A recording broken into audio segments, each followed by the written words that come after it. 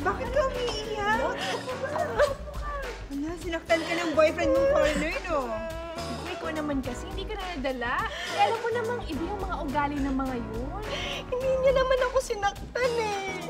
Bakit ka umiiyak? Eh, buong gabi kasi kami magkasama.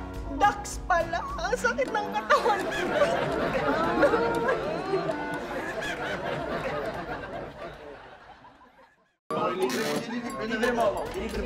Pare, alam mo ikaw wala kang kadala-dala. Pinautang mo ng pera si Jenny. Eh pare kasi, sabi niya, kailangan niya daw eh. Ano ka ba? Wala namang trabaho yun. Paano ko babayaran? Ilang beses yung umutang sa akin, hindi ko siya pinapautang kasi alam ko wala siya pambayad. Yun na nga, sabi niya kasi sa akin, pag hindi siya nakapagbayad, katawan niya yung kapalit. Ha? Uy, thank you nga pala sa pinitira mo sa akin. Basta yung usapan natin, halap. Sure. Jenny, kailangan pang pera? Dahil ko pera. Ay, hindi. Okay na meron. Ito, okay ito. Malaki ito. Hindi? Anytime ha, basta pag gusto mo, ha?